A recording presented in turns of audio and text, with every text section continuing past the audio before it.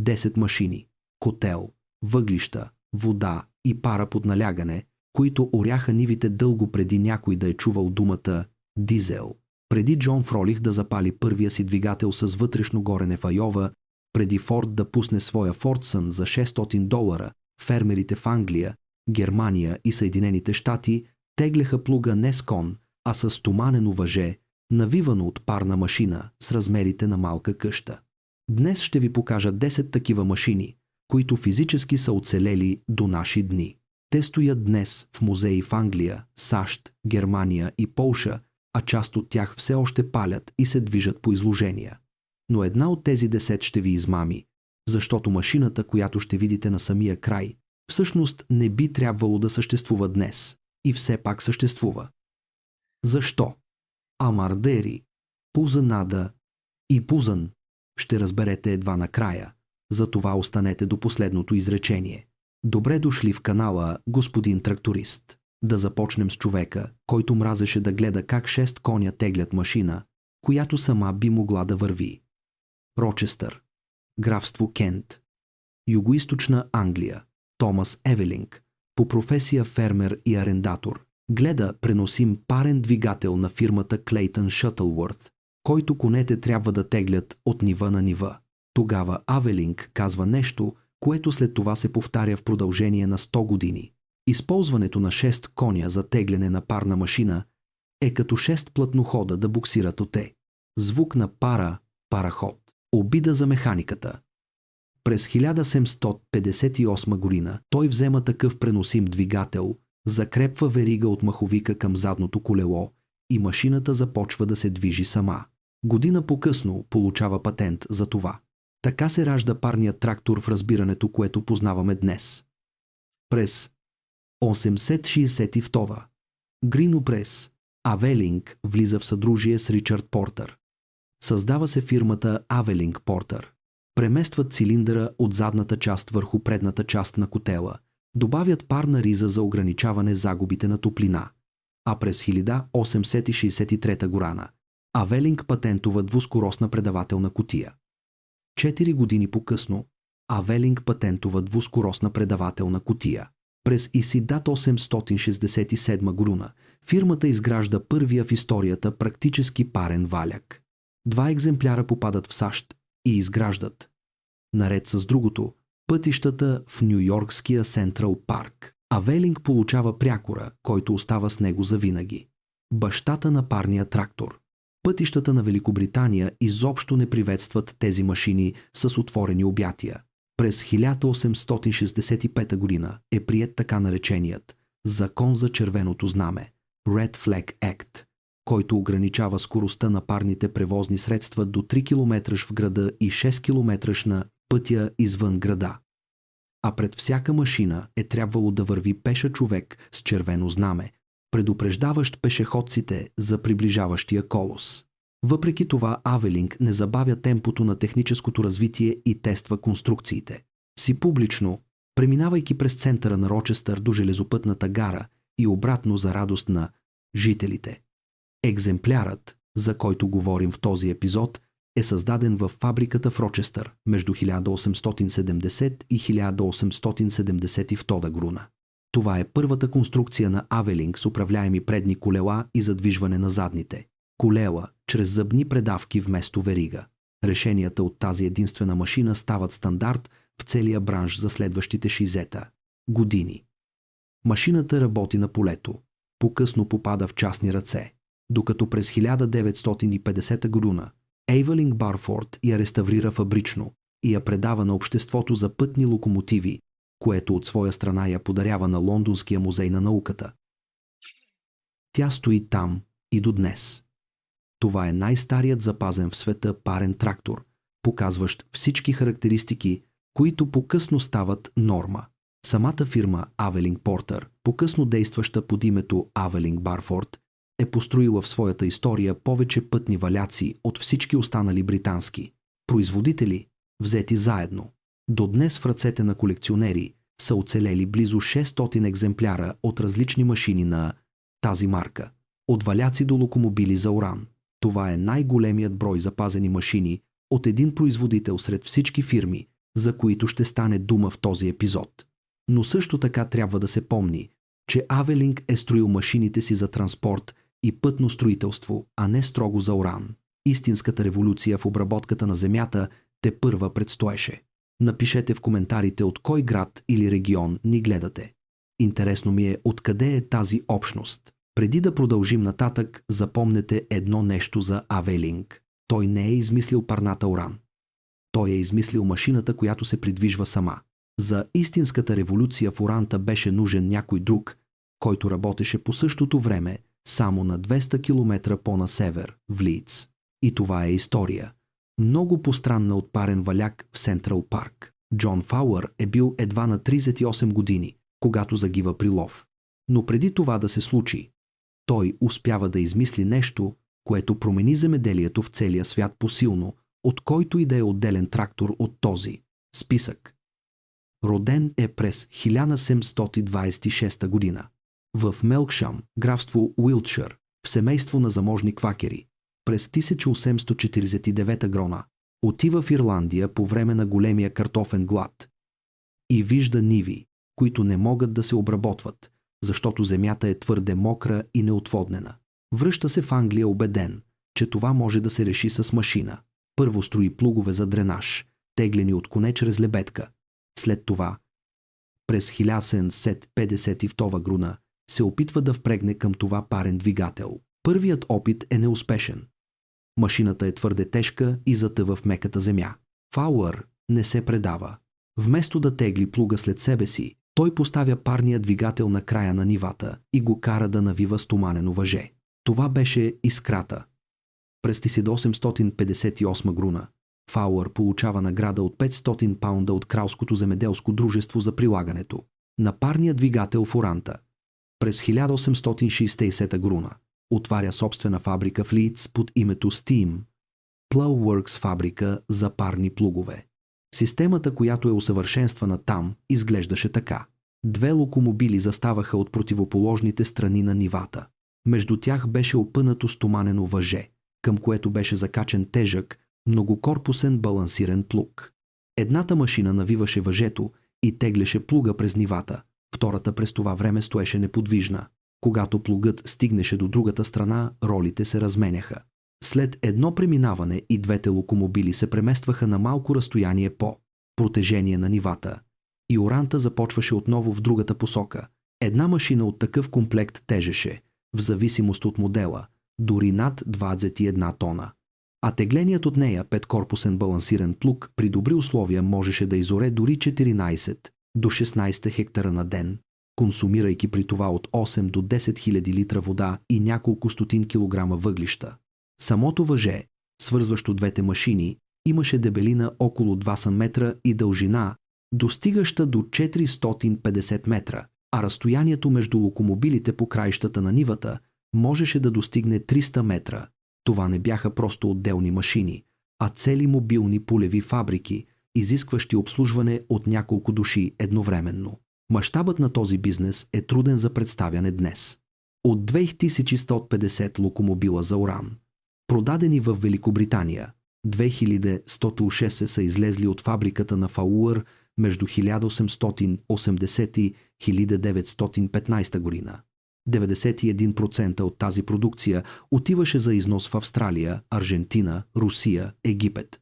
По време на Първата световна война британското правителство, ужасено от това, че германските подводници могат да отрежат острова от вноса на храни, поръчва на Фауър 60 пълни комплекта за уран и ги раздава на земеделски предприемачи в цялата страна.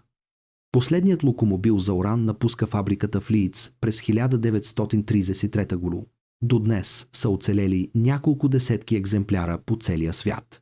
Основно в ръцете на колекционери, членуващи в Steam Plough Club, клуб, основан през 66-те година от Харолд Бонет. В австралийския Мелбърн, в старите пречиствателни станции в Уериби, стои двойка локомобили Фауър от 1919 година, реставрирани през 80-те години от двама ентусиасти, които сами е трябвало да изработят липсващите части. В Сиднейския музей Powerhouse може да се види още по-стар екземпляр от 1889 година, който в продължение на десетилетия е изпомпвал вода и е задвижвал циркуляр, преди някой да се сети, че си струва да бъде запазен. Запомнете тази система с двете машини и въжето, защото точно същата идея, само под друго име и в друга държава, ще се върне в този епизод още 2 пъти. Пренасяме се в Америка, в Расин, щата Уисконсин, във фабриката на фирмата J.E. Case. И тук историята започва с провал. През 1904 година инженерите на Кейс построяват чудовище. Машина, проектирана не за уран, а за тежък транспорт на места, където няма железница. Наричат я Road Locomotive.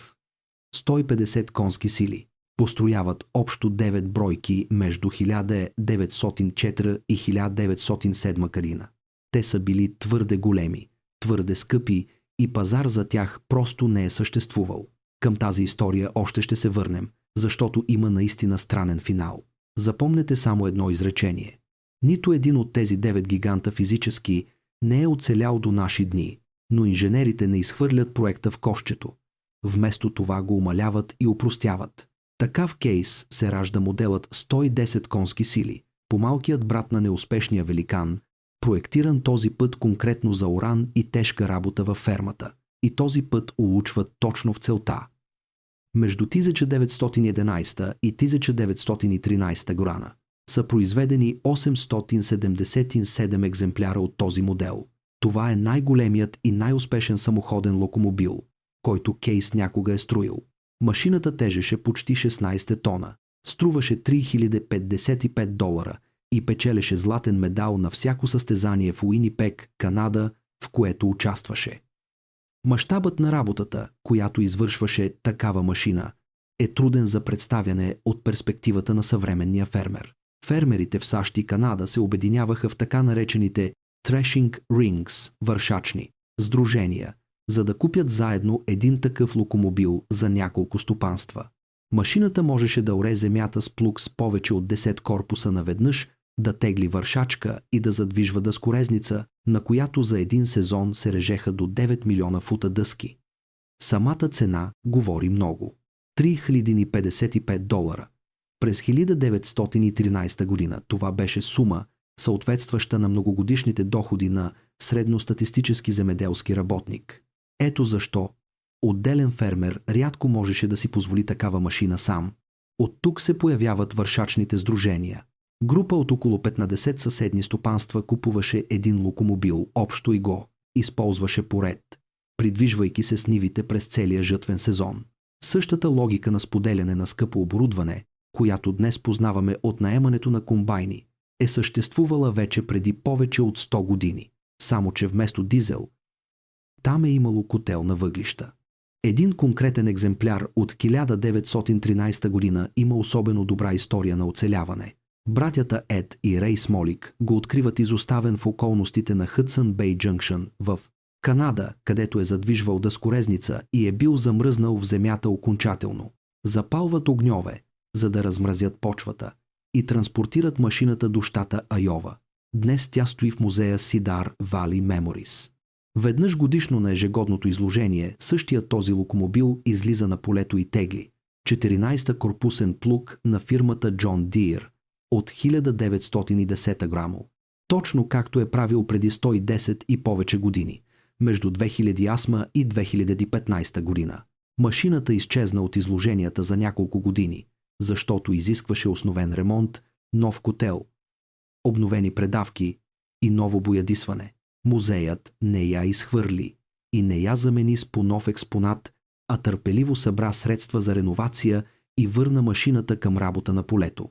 Точно там, където е нейното място.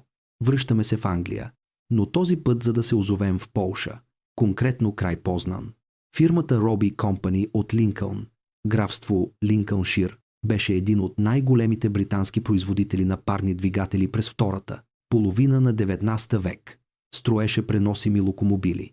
Това е важно разграничение, защото такава машина, за разлика от самоходния трактор като тези на Авелинг или Фаулър, не се задвижваше сама. Конея тегляха до работното място, а там локомобилът стоеше неподвижно и чрез трансмисионен ремък задвижваше вършачка, циркуляр или водна помпа. По проста конструкция, по малко неща за чупене, значително по ниска цена. За много стопанства в Централна Европа именно такава машина, а не ефектен самоходен трактор, беше първият контакт с парния двигател. Като цяло в Централна Европа на 19 век именно преносимите локомобили, а не самоходните трактори, доминираха селския пейзаж през следващия половин век. Не е било нужно музика да се строят пътища заради теглото им. Не е била нужна сложна предавателна кутия, а сервизът се е свеждал в същността си до следене на нивото на водата в котела и редовно смазване на буталото. Тази простота направи така, че преносимите локомобили работиха в полските, германските и руските села още през 60-те години на екс-век, основно при вършитба на зърно и варене на картофи на пара за храна на животните. Дълго след като самоходните парни трактори изчезнаха от пазара окончателно. Екземплярът на Робей, за който говорим, е създаден през 1895 година. Днес стои в Националния музей на земеделието и хранително-вкусовата промишленост в Шренява край Познан и е най-старата машина в цялата тамтешна колекция от парни локомобили. Колекцията наброява 7 екземпляра, 4 самоходни и 3 преносими, произведени във фабрики в Полша, Германия и Англия, а Роби отваря този списък като най-старата точка на оста на времето. Самият Линкълн, където е създадена тази машина, по онова време е бил един от най-важните центрове на машиностроенето в Англия, наред с Лийдс на Фауър и Рочестър на Авелинг. 3 града, 3 фабрики, 3 различни подхода към един и същ проблем. Как да превърнем водната пара в конкретна работа на полето? Това, което прави този конкретен екземпляр уникален, е фактът, че музеят редовно го пуска по време на демонстрации. Не стои зад стъкло, в него се разпалва огън, загрява се котелът, а стоманените колела все още се въртят 131 години след като е напуснал фабриката в Линкълн. За сравнение, по същото време в Америка инженерите на Кейс тепърва проектираха своя бъдещ 150 конен великан, за който стана дума в предишната глава. Английският локомобил, много по-скромен и много по-малко ефектен, го надживя с десетилетия. Оставаме в Полша, но се връщаме към история, която включва дворец, писатели и общинско управление. Фирмата Рансъмс Симс Джефарис от Ипсуич, графство Съфолк, принадлежеше към тесния елит на британските производители на земеделски и инженерни машини на границата на вековете. Между 1905 и 1906 година в тяхната фабрика в Ипсуич е създаден локомобил, който попада в имението на семейство Потулицки в Обори, Полша. Как точно е стигнал до там не е известно до край, но след Втората световна война вече е стоял пред тамтешния дворец, когато сградата е изпълнявала функцията на дом за творческа работа на Съюза на полските литератори. В продължение на десетилетия полските писатели подминаваха английската парна машина, без да имат представа, че стоят до къс от историята на механизацията на земеделието от преди повече от 100 години. Рансъмс, Симс, Джефарис не беше случайна фирма. Именно в нейните фабрики в Ипсуич се произвеждаха едни от най-ценените в света – косачки, вършачки и плугове. От онова време, а марката изнасяше оборудване в британските колонии на всички континенти. Локомобилът, попадащ в имението на Потулицки в Обори, не е бил екзотична любопитка, а оборудване от най-висок възможен тогава клас, което е могло да си позволи заможно земевладелско семейство. През 2015 година. През 2015 година. Община Констанчин Езьорна откупи локомобила и възложи неговата реновация на местна фирма. Днес машината стои в тамтешния курортен парк, достъпна за всеки, който е излязал на разходка. Там няма входен билет, нито работно време на музей. Английски локомобил от преди повече от 120 години стои просто в градския парк до пейки, алеи за разходка, като част от ландшафта на малък полски град.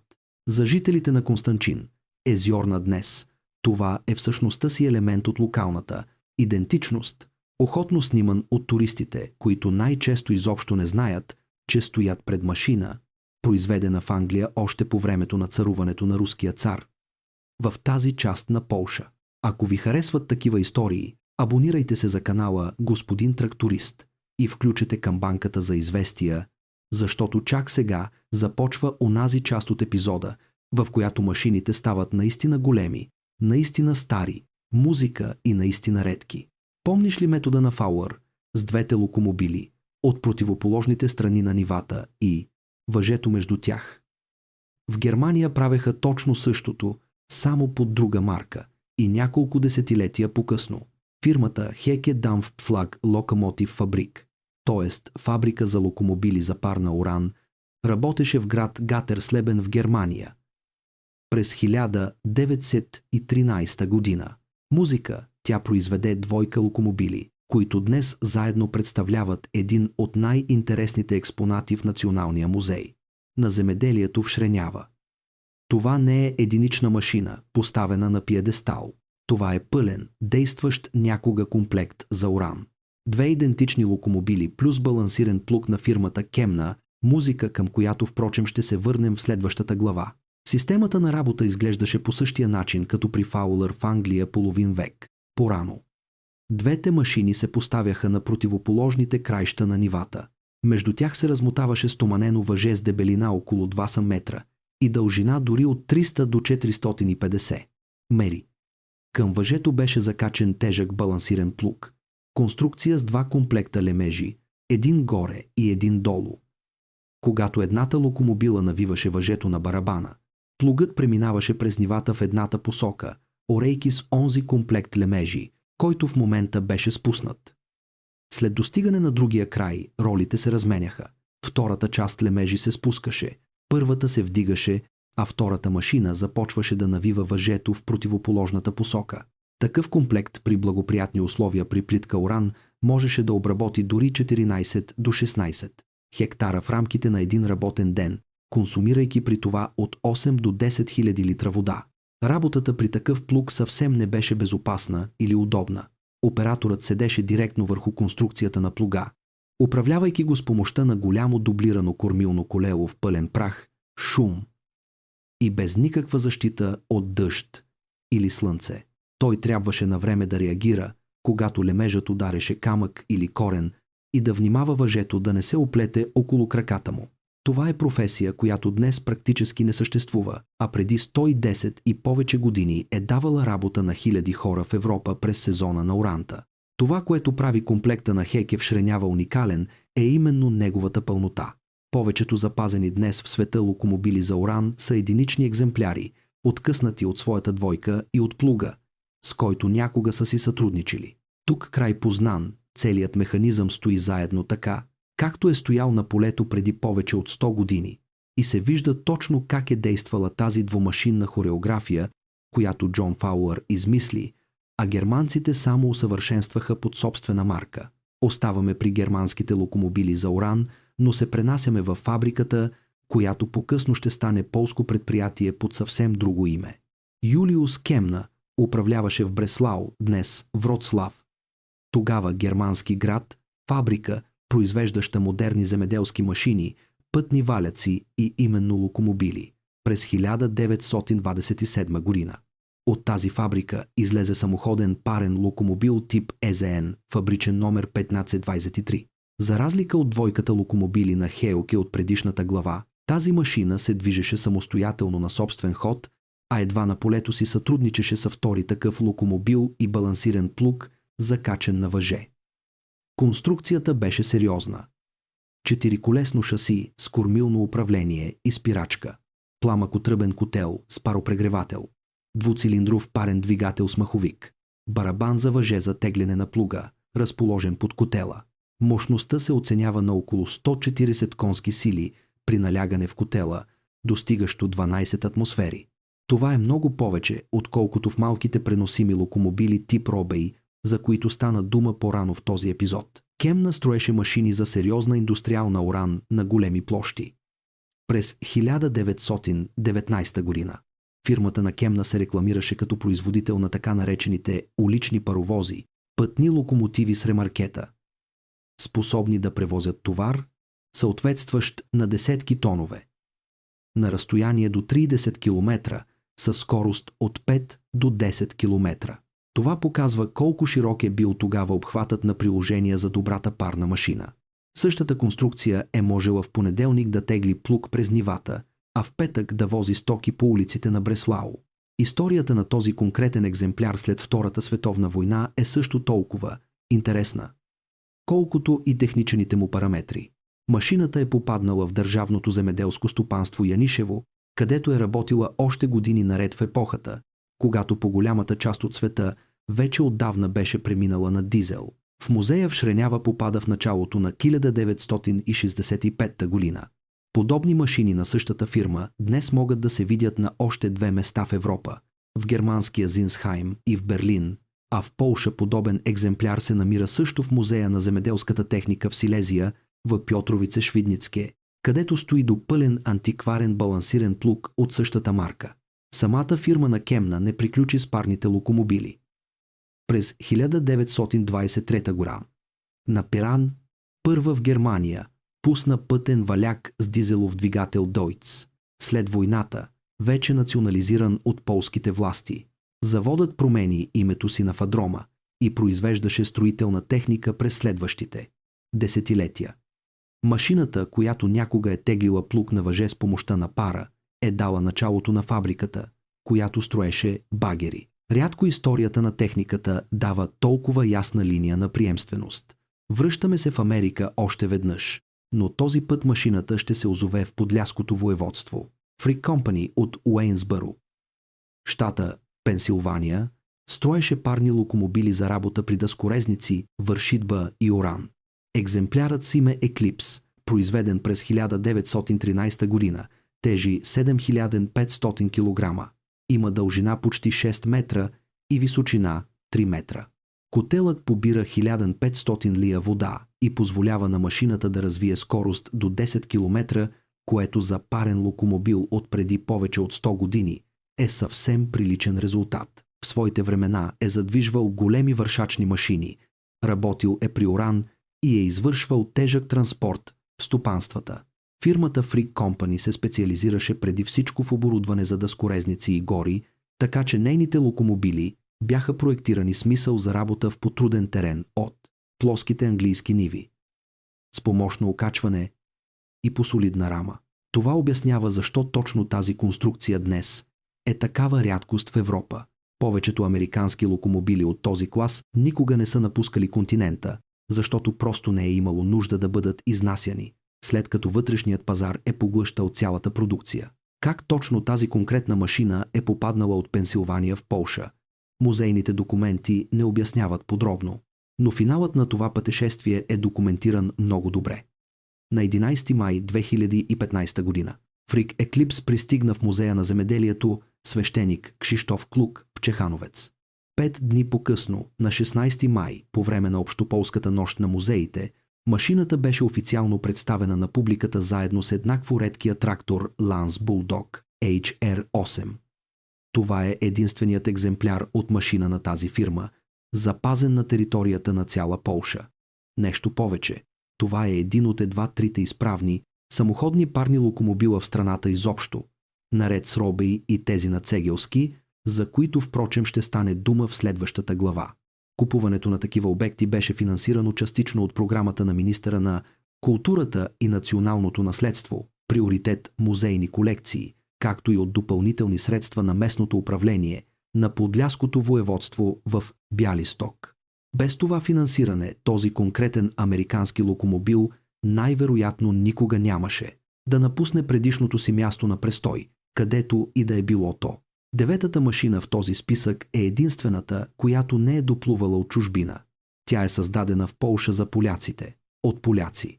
Хиполит Цегелски основава своя завод в Познан през 1846 година.